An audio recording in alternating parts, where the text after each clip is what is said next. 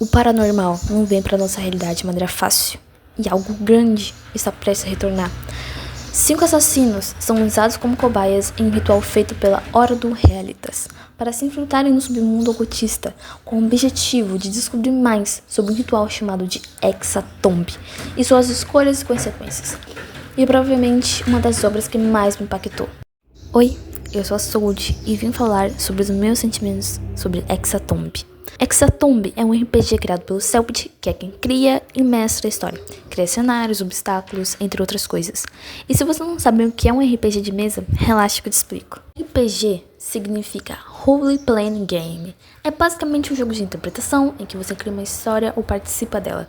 Existem 2 jeitos de jogar, como citei. Um é pelo mestre e outro pelo jogador.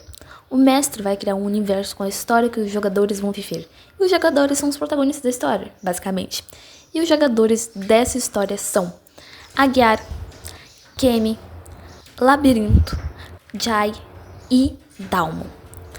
E o Hexatombe é basicamente tudo isso que eu falei na introdução do vídeo, sendo uma das histórias mais interessantes que eu já vi em toda a minha vida.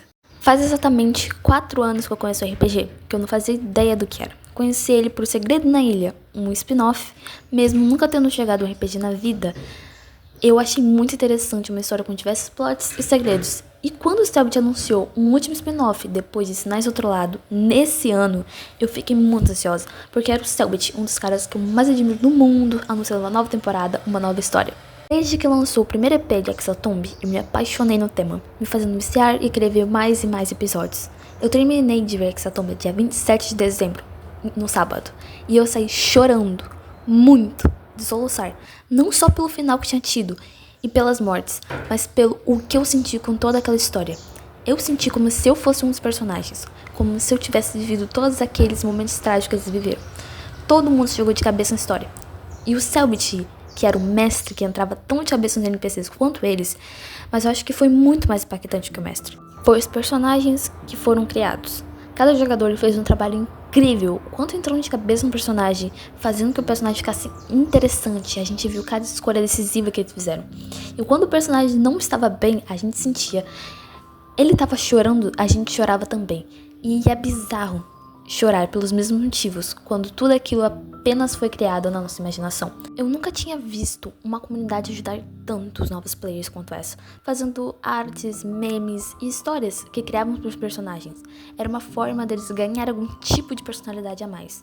Todo esse projeto é bem diferente, não só por causa da história, mas sobre o que ele causa no público. E essas formas de entretenimento são formas de sair do nosso dia a dia.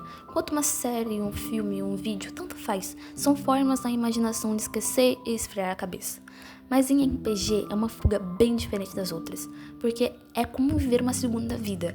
A gente não tem uma limitação como em livros ou em videogames. No RPG, a gente tem uma liberdade de ser outra pessoa, totalmente diferente de nós mesmos. E você vai tentando entender esse novo mundo ao máximo e deixando ele cada vez mais real. Não é só porque é na nossa imaginação que a gente não sente ou que a gente não aprende com eles. Essa provavelmente foi uma sensação tão especial para todos que viram e que amam o Projeto Ordem como eu. Essa experiência foi tão especial para qualquer um que se conectou com a história e que viu Hexatombe e que chorou com ele. Mesmo se você não tenha chorado, você se conectou com ele de alguma forma. E o Hexatombe influenciou tantas pessoas a voltarem ou a começarem a jogar RPG. Inclusive eu, que nunca tinha experienciado jogar um RPG, conheci amigos, pessoas que estão do mesmo meio, que gostam de ver Ordem, e a gente conseguiu criar um grupinho pra jogar. E isso é muito legal.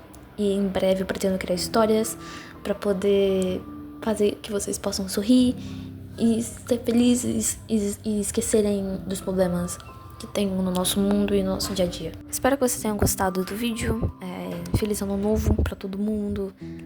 Espero que 2016 seja um ano incrível e que eu consiga gravar muito mais vídeos pra vocês. E é isso. Beijão.